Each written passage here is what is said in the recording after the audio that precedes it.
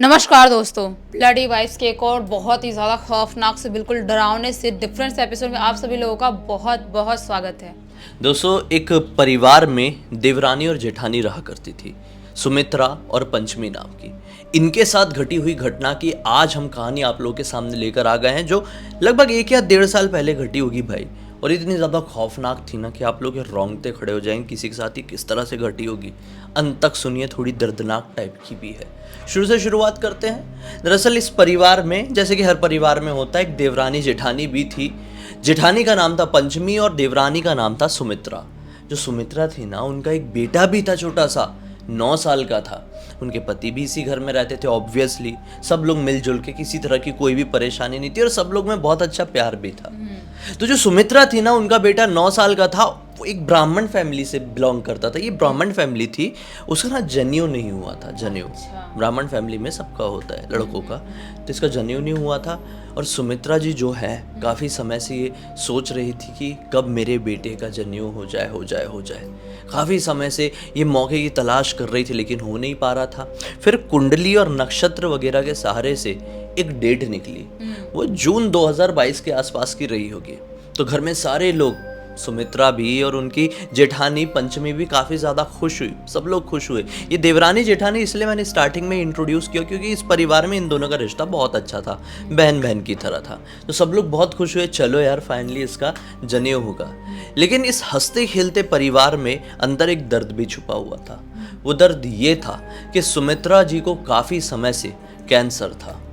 Cancer, इसलिए वो इस बात की जल्दबाजी में थी कि कब कब मेरे बच्चे का जनेऊ का वो डेट निकले और कब कब उसका जनेऊ हो जाए। मेरी ये आखिरी ख्वाहिश है। उसके बाद मुझे भले ही कुछ भी हो जाए, मुझे किसी बात की चिंता नहीं रहेगी। जैसा मैंने बताया, जून 2022 में उसके जनेऊ का डेट निकला था, लेकिन दिसंबर 2021 के टाइम में ही इनकी तबीयत थोड़ी ज़्यादा ख़राब हो गई। घर में अफरा तफरी मच गई। सब परेशान हो गए। इनको लेके भागे। उड़ीसा के छोटे से गांव में रहते, जैसा मैंने आप लोगों को बताया। शहर वहर में भागे लेके, इलाज हुआ, एडमिट रही, लेकिन कुछ पॉजिटिव रिजल्ट नहीं आ पाया और रिजल्ट बहुत निगेटिव आया। उनकी मृत्यु हो गई। दिसंबर 2021 में इनकी मृत्यु हो गई। अब अंतिम संस्कार वगैरह घर पर लाकर हुआ और घर पर एक अलग ही एक सदमे का माहौल सा दौड़ पड़ा। सब लोग बड़े दुखी, देखे कि कैसे इतने छोटे से बच्चे की माँ उसको छोड़कर चली गई।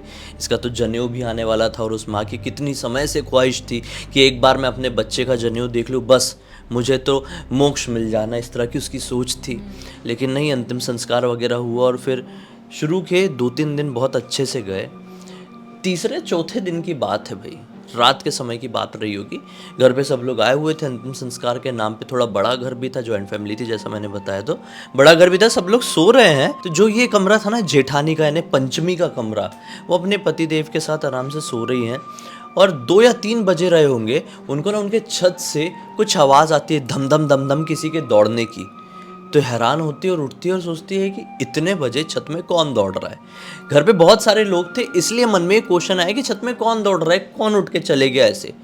इन्होंने तुरंत अपने पति देव को उठाया और बोली कि देखो, छत से किसी के दौड़ने की आवाज़ आ रही है, इतने बजे डिस्टर्ब भी हो रहा है, और दौड़ कौन रहा है, सबसे बड़ा क्वेश्चन ये है। चल के देखें क्या?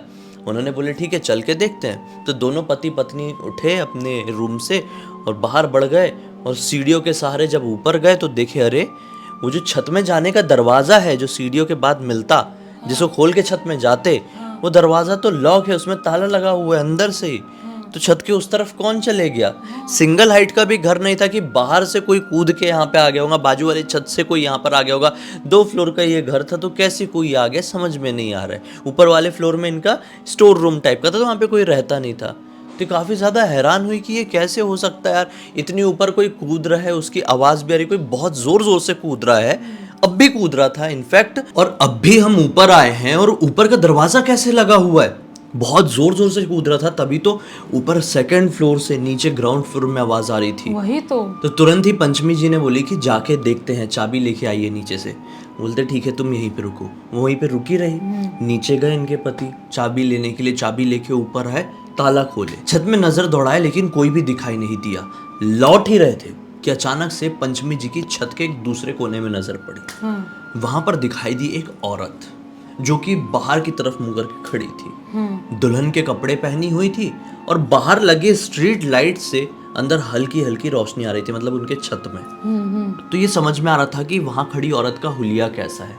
ये समझ में आ रहा था कि वो औरत ऐसा मुंह पे हाथ रख के रो रही है लिटरली। तो काफी ज्यादा हैरान हुई, बोली कि ये कौन है, अपने घर में ऐसी कोई भी औरत नहीं आई हुई है, चल के देखिए। दोनों धीरे धीरे करके आगे बढ़े, घबराए हुए थे कि औरत है कौन। ऐसा ना देखते देखते देखते देखते उसके बाजू तक आए और उसके ऐसे चेहरे को देखे, देखते से इनके पैरों तले जमीन निकल गई, क्योंकि वो खड़े होकर रो रही औरत कोई और नहीं बल्कि सुमित्रा जी ही थी, जिनके अभी कुछ ही दिन पहले मृत्यु हुई थी। दिमाग खराब हो गया इनका कि क्या देख लिए। चिल्लाते हुए नीचे भागे, हड़बड़ाते हुए, ऐसा जोर से नहीं चीख रहे थे लेकिन घबराए हुए थे। तो इनकी हड़बड़ाहट के कारण कुछ लोग की नीचे नींद खुल गई। कुछ बड़े लोग जो कि थोड़े अलर्ट होके सोते हैं नॉर्मली, जो बच्चे थे वो तो गहरी नींद में ही थे। इन लोगों से पूछा गया तो इन लोगों ने बताया रात में ही, और जैसे तैसे करके सोने के लिए चले गए, क्योंकि बड़ों ने समझाया कि सो जाओ, क्या है कि भाई सुबह से उठना है, इतने सारे लोग आए हुए हैं, चीज़ों को संभालना है। तो इन लोगों ने भी, बहुत दिन से नींद वींद हुई नहीं थी जैसा मैंने बताया, तो इन लोग सो गए जैसे तैसे करके, याद करते करते वो सारी चीज़ों को ऊपर जो हुई। फिर सुबह हुई 5 बजे, सबको उठना था, 5 बजे सब लोग उठे और सब लोगों को इन लोगों ने पूरी बात बताया आंगन में बैठ के।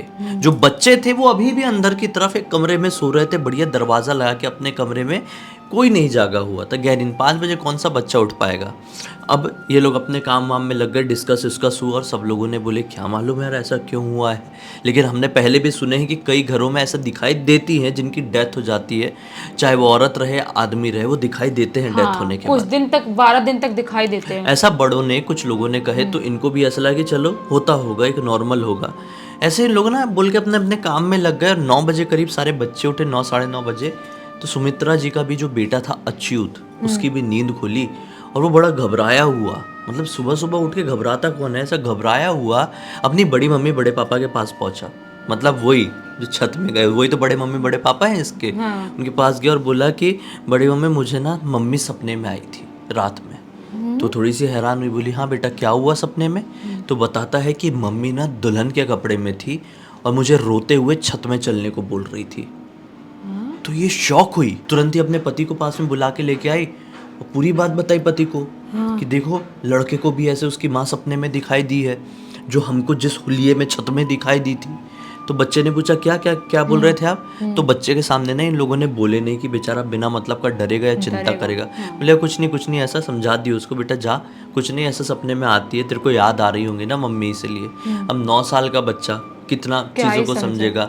तो चले गया और अपना ब्रश व्रश करने के लिए दिन कंटिन्यू हुआ। फिर उस दिन के बाद से ना ये धीरे धीरे करके घर के हर एक मेंबर के सपने में आती ही रही।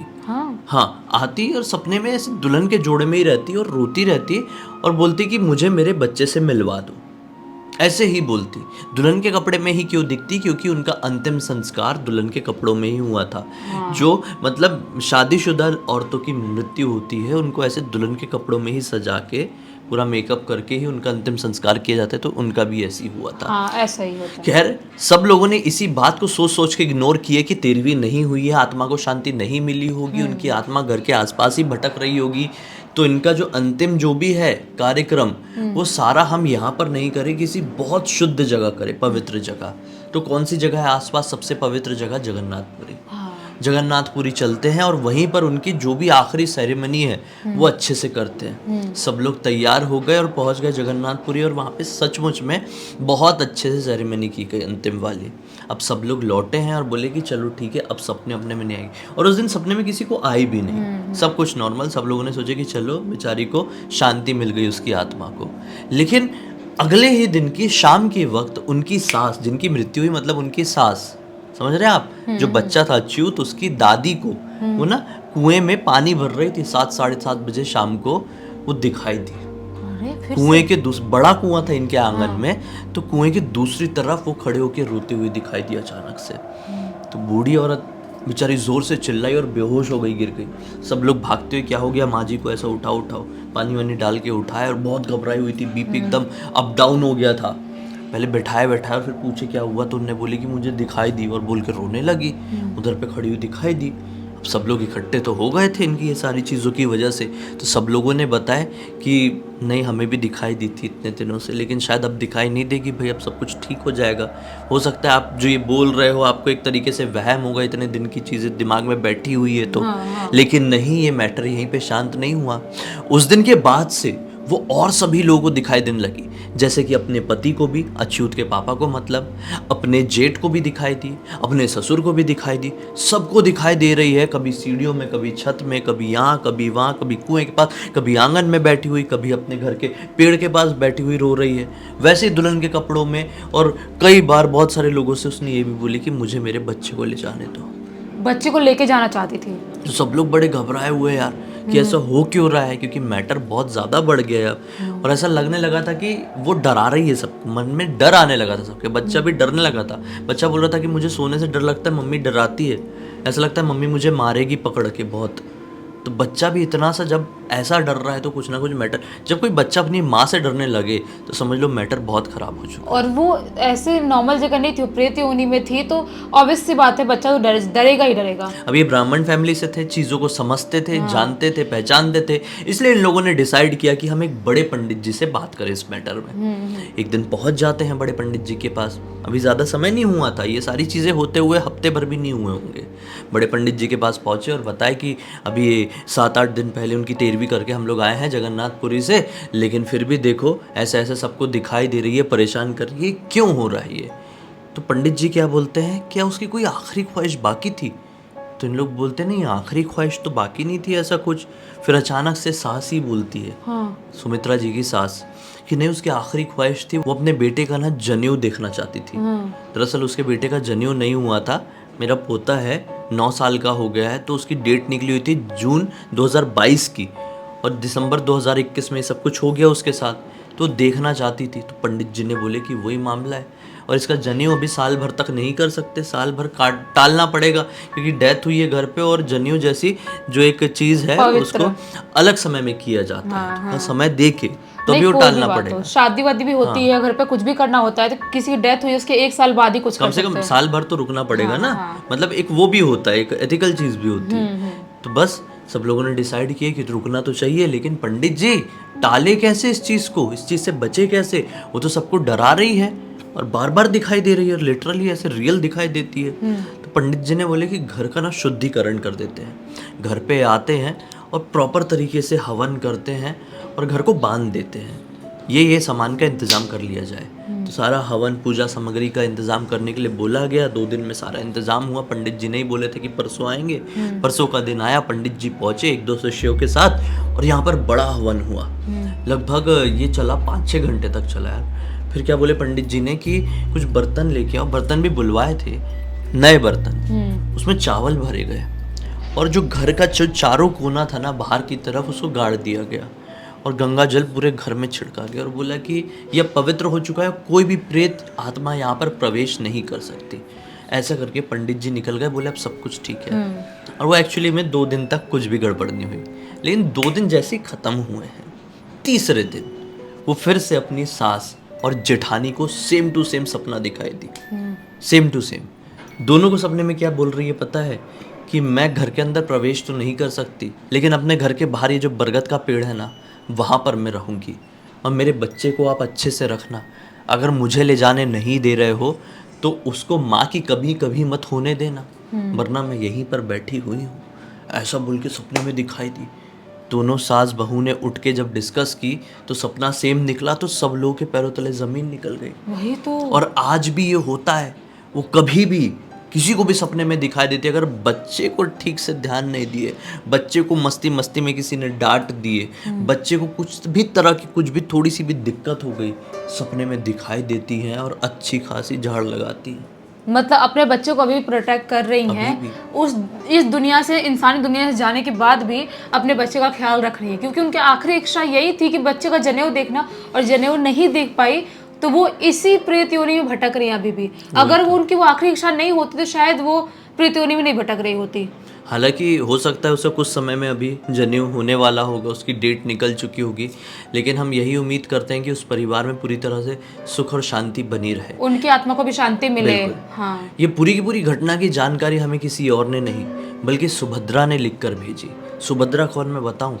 ये जो जेठानी थी ना, सुमित्रा जी जिनकी डेथ हुई, उनकी जो जेठानी थी जिनका स्टार्टिंग में इंट्रोडक्शन दिया था, पंचमी जी, सुभद्रा की मौसी है वो पंचमी जी। अच्छा। तो सुभद्रा भी आई हुई थी घर में सब शामिल होने के लिए, तो उसके सामने की सारी बात है और उसने पूरी इंस्टाग्राम के ज़रिए हमें लिख कर भेजी और बोली कि पूरी दुनिया को बताइए कि किस तरह से किसी की ख्वाहिश पूरी नहीं करो तो परेशानी का सामना करना पड़ सकता है और उनकी आत्मा को शांति मिलेगी।